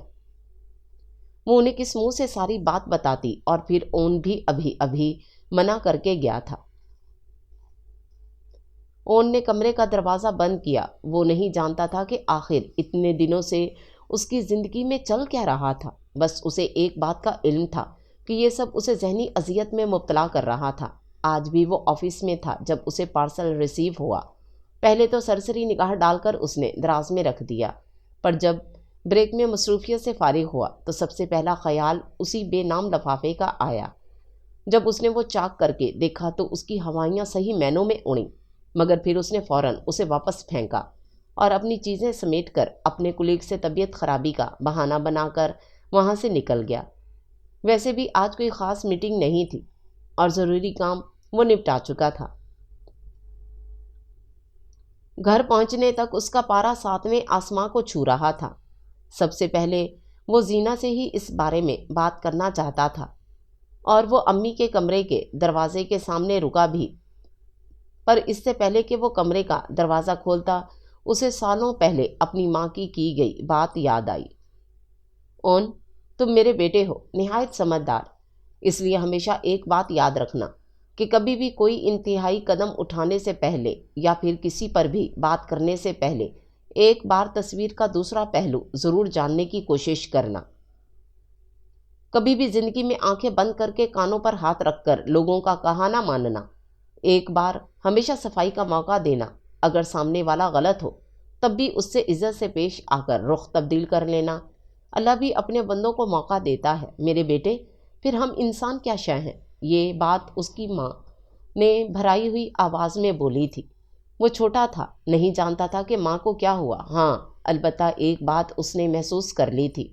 اس پورے دن اس نے امی کو روزمرہ سے ہٹ کر خاموش اور دکھی پایا تھا، پر اس نے امی سے کوئی سوال نہیں کیا تھا۔ اون، ایک بار پھر وہی شفیق آواز کانوں میں گونجی تو اس نے اپنے تاثرات کو ہموار رکھتے منہ پھیر کر دیکھا۔ امی پلو سے ہاتھ صاف کر رہی تھی، مگر سوالیہ نگاہیں اسی پر مرکوز تھیں۔ اس نے لفافے والا ہاتھ ایک جانب کیا۔ جلدی آگے بیٹا، آج طبیعت ٹھیک ہے؟ کوئی جواب نہ پا کر وہ اس کے قریب آئیں۔ جی امی، وہ بس سر میں ہلکا سا درد تھا، اس لیے کمرے میں جانے سے پہلے آپ کو چائے کا بولنے آیا تھا۔ ہونٹوں کو مسکراہٹ میں کھینچا تو انہوں نے سر ہلا دیا۔ اس سے پہلے وہ کچھ بولتی گھر کی گھنٹی بجی۔ تم کمرے میں جا کر چینج کرو، میں دیکھ کر آتی ہوں، وہ کہہ کر جلدی سے پلٹ گئیں۔ اس کے بعد امی نے اطلاع دی اور نکل گئیں۔ اسے بالکل اندازہ نہیں تھا کہ وہ چائے کا زینہ کو بول کر جائیں گی، ورنہ وہ منع کر دیتا۔ وہ اتنا الجھا تھا کہ اس کے دماغ سے چائے تو سرے سے نکل گئی۔ اس نے پھٹتے سر لب بھینجے، بہت تحمل سے انہیں دیکھا، پھر یکدم غصے سے پلٹ کر پھینک دی۔ وہ اور نہیں دیکھ سکتا تھا، بس برداشت کا پیمانہ یہیں تک محدود تھا۔ وہ اٹھ کر واش روم میں گھس گیا، کپڑے تبدیل کیے اور کھولتے ہوئے سر پر پانی مارا۔ اس سے دور دور تک اندیشہ نہیں تھا کہ اس کے پیچھے زینہ اس کے کمرے میں نہ صرف آئی ہے بلکہ تصویریں بھی دیکھ چکی ہے۔ واش روم کا دروازہ کھول کر نکلا تو اسے وہ سامنے کھڑی دکھائی دی۔ اس کے قریب بھی گیا، اس کے باوجود وہ دوسروں سے اس کی موجودگی کی فراموش کیے بے یقینی اور پھٹی ہوئی آنکھوں سے انہیں دیکھ رہی تھی۔ اسے بس ایک بات پتہ تھی، زینہ کو اس کے کمرے میں نہیں آنا چاہیے تھا۔ وہ اس کے سر پر پہنچا اور غصے میں اس سے کمرے میں آنے کی وجہ پوچھی، مگر جن خوف و ہراس اور وحشت زدہ آنکھوں سے اس نے اون کی جانب دیکھا وہ ایک لمحے کے لیے تھما۔ اس کا چہرہ اور آنکھیں کھلی کتاب کی مانند تھیں۔ وہ خوف و اذیت و وحشت، ڈر، کرب سب کا عکاسی تھیں، مگر ابھی وہ جھنجھلاہٹ کا شکار تھا۔ اسے خود کا محاصرہ کرنے کے لیے مہلت درکار تھی، اس لیے اس نے باسو پکڑا، مگر اب کی بار اس کی گرفت ہلکی تھی۔ پھر اس نے دروازے کے پار کیا اور اس کو ڈانٹ کر دروازہ بند کر دیا۔ وہ نہیں جانتا تھا کہ زینہ نے کیا سوچا، اس کے بعد کیا ہوا۔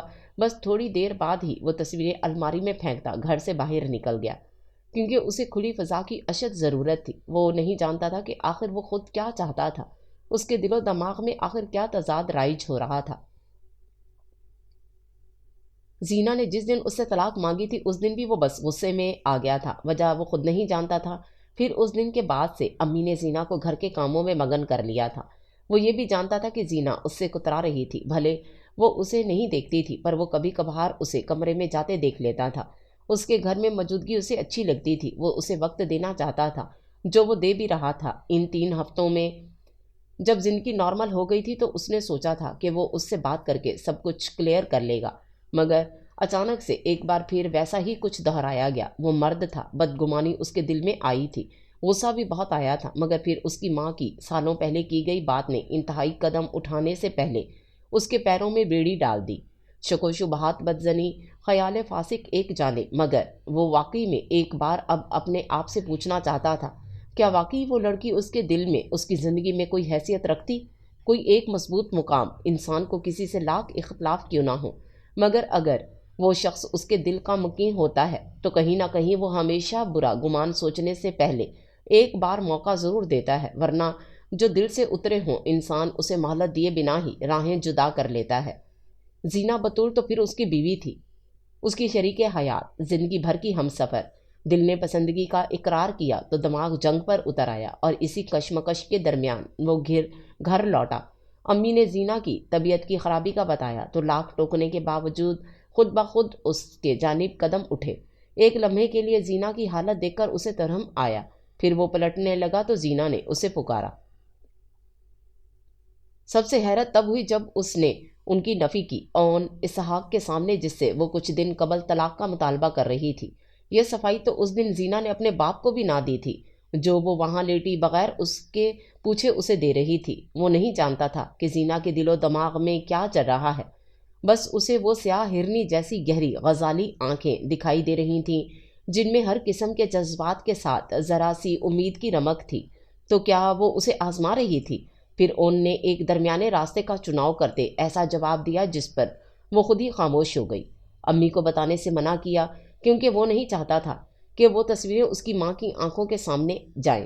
ان دونوں نے دیکھ لی تھی، کافی تھا، جو مرضی تھا، زینہ اس کی ذات سے منسلک تھی۔ پھر دماغ کو ایک کنارے لگا کر دل اس نہج پر پہنچا کہ زینہ بطول اسے پسند تھی اور وہ اس کے ساتھ زندگی بسر کرنے کا خواہاں تھا۔ اون اسحاق بغیر اس کی بات سننے کوئی فیصلہ نہیں لے سکتا تھا۔ اپنی انا کو ایک جانب رکھ کر اس نے پوری دلی آمادگی سے زینہ کو ایک موقع فراہم کیا۔ وہ جاننا چاہتا تھا اس کی جانب کی کہانی کا رخ آخر کیا تھا۔ ان کے درمیان جمی سرد دیوار گرانے میں پہل اس بار اون نے کی تھی۔ وہ نہ صرف اس سے اس کی طبیعت دریافت کرتا تھا بلکہ ہلکی پھلکی بات بھی کر لیا کرتا۔ زینہ اب بھی جھجکتی تھی، پر اون نارمل لہجے میں اس سے پیش آنے لگا۔ وہ زینہ کی سوچ نہیں جانتا تھا، پر اپنے بارے میں جان گیا تھا، اور بات کرنے کا اصل مقصد بھی یہ تھا۔ وہ لاشعوری طور پر زینہ کو آنے والے وقت کے لیے تیار کر رہا تھا جب وہ اس کے روبرو بیٹھ کر بات تفصیل سے اسے بتائے گی۔ اگر ایک دم وہ اس سے سب کچھ پوچھتا تو وہ ہچکچا کر گھبراہٹ کا شکار ہوتی، جو وہ ہرگز نہیں چاہتا۔ اس بات کو گزرے تقریباً ایک ہفتہ ہو گیا تھا، اور اون کو اس کی طبیعت بھی بھلی معلوم ہو رہی تھی، اس لیے رات کے کھانے کے بعد امی کے کمرے کے سامنے کھڑے دستک دی۔ زینہ نماز پڑھ کر فارغ ہوئی تھی جب دستک ہوئی۔ اس نے پلٹ کر جا نماز رکھا۔ آجو اون، اون کی امی پکاری تو اس نے دروازہ کھول کر پہلے بستر پر بیٹھے امی کو دیکھا، پھر صوفے کے نزدیک کھڑی زینہ کو، جس کی نگاہیں اسی پر مرکوز تھیں۔ امی، مجھے زینہ سے بات کرنی ہے۔ امی نے کتاب بند کر کے منہ اٹھایا، پھر باری باری دونوں کو دیکھا، پھر مسکرا کر سر اسبات میں ہلایا تو اون مسکرا دیا۔ پھر اس نے زینہ کی جانب دیکھا۔ زینہ، 2 مگ چائے بنا کر بالکنی میں آ جاؤ۔ زینہ نے صرف سر کو ہلکا سا ہلایا تو وہ پلٹ کر نکل گیا۔ جاؤ، چلی جاؤ زینی بچے۔ اسے وہاں کھڑا دیکھ وہ نرمی سے پچکاری تو زینہ سر ہلا کر باہر نکل گئی۔ ٹھیک 20 منٹ بعد اون ریلنگ پر ہاتھ دھرے کھڑا تھا۔ چہرے کا رخ آسماں کی جانب تھا، جبکہ پرسوچ نگاہوں نے چاند کا احاطہ کر رکھا تھا۔ سرسراتی مدھم ہوا کی بدولت پیشانی پر آئے بال ہل رہے تھے۔ چوکھٹ پر آہٹ ہوئی تو وہ ایک دم پلٹا، پھر قدم اٹھاتا زینہ کے قریب آیا اور پھر ڈش اس کے ہاتھوں سے تھام لی۔ زینہ نے خمدار پلکیں اٹھا کر دیکھا تو بادامی آنکھوں میں نرم سا تاثر واضح تھا، جب چہرے پر دوستانہ مسکان رقصاں تھی۔ آ کر بیٹھ جاؤ۔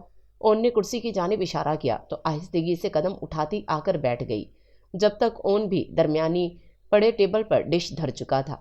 اپنا کپ اٹھاتے اون نے بغور سامنے بیٹھی لڑکی کو دیکھا۔ رنگت میں گھلی زردی کافی حد تک معدم ہو گئی تھی۔ اناوی ہونٹ، چھوٹی سی ناک اور سب سے حسین وہ سحر میں جکڑ دینے والی سیاہ آنکھیں، جن پر خمدار لمبی اور گھنی پلکیں جھالر کی مانند موجود تھیں۔ وہ پرکشش تھی، خوبصورتی کا مجسمہ۔ دل نے آج تسلیم کیا۔ ان نے چائے کی ایک چسکی لی۔ زینا، میں چاہتا ہوں کہ تم مجھے آج تحمل کے ساتھ سب کچھ بتا دو۔ میں درمیان میں بالکل نہیں ٹوکوں گا، کیونکہ آج میں خاموش رہ کر صرف تمہاری جانب کی کہانی پوری سننا چاہتا ہوں۔ اس کی بات پر زینا نے جھکا سر اٹھایا اور ان بادامی آنکھوں کو خود پر مرکوز پایا۔ اس کی آنکھیں اور الفاظ دونوں ایک دوسرے کا ساتھ دے رہے تھے۔ وہ اس کی سن رہا تھا، اول سے بغیر الزام سرزد کیے، بغیر ان تصویروں کا ذکر چھیڑے۔ حیرت و انبساط میں ڈھلے وہ اس کے سامنے سراپا سوال بننے کے بجائے سہل مزاجی سے اس کو سننے کے لیے تیار تھا۔ زینا نے گہری سانس بھری، پھر اس کو دیکھا۔ ہاں، ان دونوں نے ایک دوسرے کو موقع دیا۔ نحوست ہرافا کی اولاد اٹھ جا، کب تک مری رہے گی؟ 8 سالہ معصوم بچی کے کانوں میں اپنی چاچی کی آواز پڑی تو ایک دم بوکھلا کر اٹھی۔ سیاہ آنکھیں وحشت سے پھیل گئیں۔ چاچی امی کہاں ہیں؟ سب سے پہلے اس نے معصومیت سے وہ سوال کیا تو چاچی غضبناک تیور لیے اس کے سر پر کھڑی ہوئی اور اس کا بازو دبوچ کر بیڈ سے نیچے اتارا۔ بھاگ گئی تیری ماں اپنے یار کے ساتھ۔ چہرے پر طنزیہ ہنسی سجائے غرائی تو وہ سہم گئی اور آنکھوں میں آنسو امٹ آئے۔ اسے کیا علم تھا کہ سامنے کھڑی عورت کیا بات کر رہی تھی؟ وہ تو اس کے تاثرات دیکھ کر ہی گھبرا گئی تھی۔ دفع ہو جا کر ناشتہ کر، وہ غصے سے پھنکاری اور اس کا ہاتھ جھٹکے سے چھوڑ کر باہر نکل گئی۔ وہ تو ماں کی پیار بھری آواز سے اٹھنے کی عادی تھی، تو پھر آج اس کی ماں کیوں نہیں آئی؟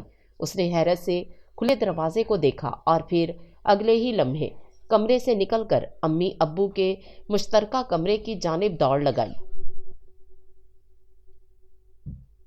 پر جیسے ہی وہ کمرے کی چوکھٹ تک پہنچی تو اس نے گھر کے تمام بڑوں کو ان کے کمرے سے نکلتے دیکھا۔ کسی نے ترہم سے اسے دیکھا تو کئی نظروں میں اس کے لیے قہر موجود تھا، پر وہ سب سے بے تعلق اپنے باپ کے پاس بھاگ کر گئی جو بستر پر منہ جھکائے بیٹھے تھے۔ بابا، اس نے انہیں پکارا تو انہوں نے نظر اٹھا کر اسے دیکھا۔ بابا، امی، سوالیہ نگاہیں ان پر مرکوز کیے، پھر وہ سوال دہرایا تو وہ چہرے پر سر تاثرات سجائے خاموشی سے 2 منٹ اسے تکتے رہے۔ چلی گئی ہے تمہاری ماں یہاں سے، وہ جھل آواز میں بول کر نظریں پھیر لیں، پر اس کے سر پر بوم پھٹا۔ بابا، امی، نہیں۔ اب کی بار اس کی آنکھوں سے آنسو نکلنے لگے۔ ابھی رات کو اس کی ماں نے اسے محبت سے سلایا تھا اور صبح اس کے ساتھ کھیلنے کا وعدہ کیا تھا، پھر اب وہ کیسے جا سکتی تھیں؟ زینا، چلی جاؤ یہاں سے، ایک دم سے اس کی حالت کو نظر انداز کرتے وہ چلائے تو زینا نے ہراساں نگاہوں سے انہیں دیکھا اور پھر کمرے سے نکل کر بھاگ گئی۔ پھر کتنے گھنٹے وہ خالی پیٹ اوندھے منہ پڑی سے سکتی رہی، مگر کوئی اس کے کمرے میں نہیں آیا۔ خاندان والے تو شروع سے ہی ان سے بغض رکھتے تھے۔ وہ چھوٹی ضرور تھی، پر اس نے کئی بار اپنی ماں کو طنزیہ فکرے اور الٹے القابات سنتے سنا تھا، پر سمجھ میں نہیں آتا تھا۔ بس جب بھی ماں کی نم ہوئی آنکھیں دیکھتی تو ان سے پوچھتی ضرور تھی کہ وہ کیا کہہ رہی تھیں، جس پر ہر بار ماں اس کا دماغ بھٹکا کر بولتی، زینی میری جان، تم ابھی بہت چھوٹی ہو، چھوڑ دو ان سب باتوں کو۔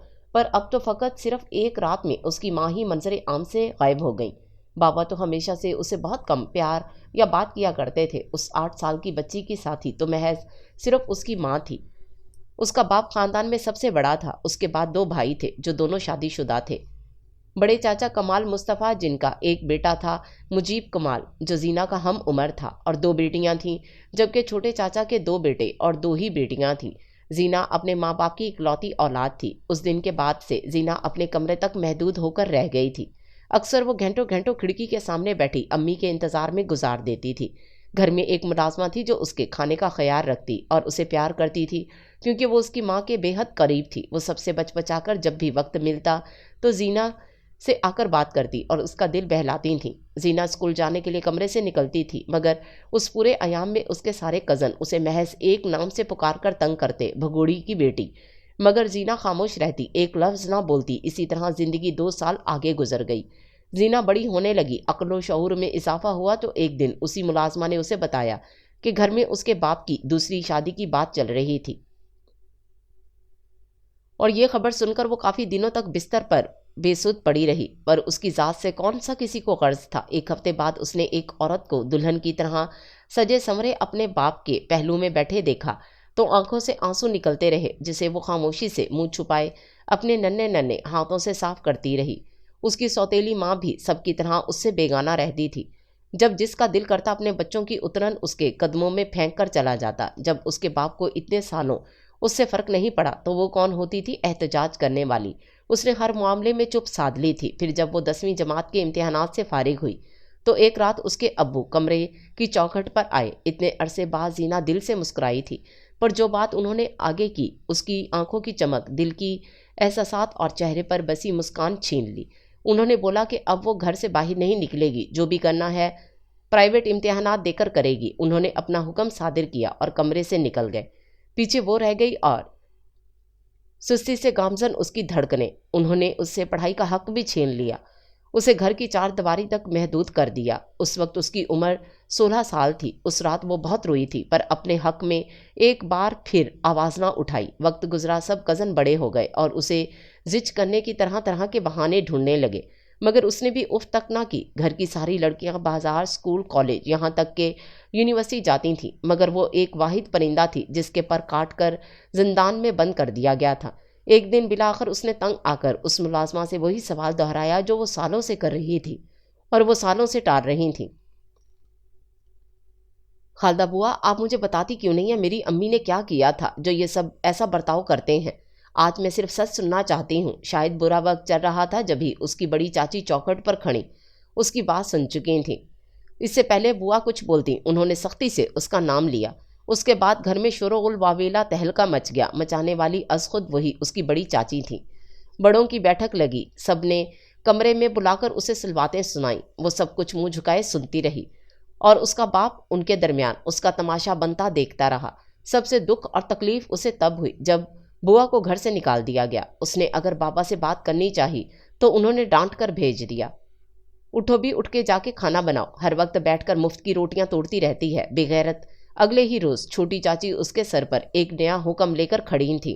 پھر اس دن کے بعد سے اسے کچن کے کاموں میں الجھا دیا گیا۔ جب وہاں سے فارغ ہوتی تو کتابوں میں لگ جاتی۔ زندگی ایسے ہی چلتی رہی، مگر اصل مسئلہ تب شروع ہوا جب مجیب کمال اس کے معاملات میں گھسنے لگا۔ وہ بہانے بنا کر کچن میں گھس آتا، راستہ روک کر ہاتھ پکڑنے کی کوشش کرتا، اور وہ چاہ کر بھی کسی کو بتانے سے قاصر تھی۔ ایک دن وہ چھت پر کپڑے پھیلانے گئی تھی کہ اچانک پیچھے سے وہ آفت رونما ہوا۔ زینہ کپڑے ڈال کر پٹی تو اس کی آنکھیں وحشت سے پھیل گئیں۔